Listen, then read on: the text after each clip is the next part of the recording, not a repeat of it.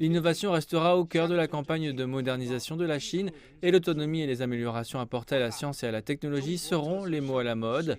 C'était le message du Premier ministre chinois Li Keqiang lorsqu'il s'est adressé vendredi dernier à l'Assemblée populaire nationale. Beaucoup a déjà été accompli dans le dernier plan quinquennal se terminant en 2020, selon le ministre de la Science et de la Technologie Wang Zhegang. Si l'on revient sur le 13e plan quinquennal, la capacité d'innovation de base de la Chine a réalisé de grands accomplissements.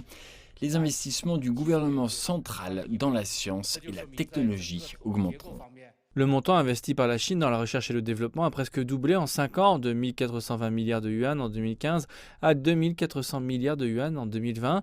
Et selon l'Organisation mondiale de la propriété intellectuelle, le classement mondial de l'indice d'innovation de la Chine est passé de la 29e place en 2015 à la 14e place en 2020.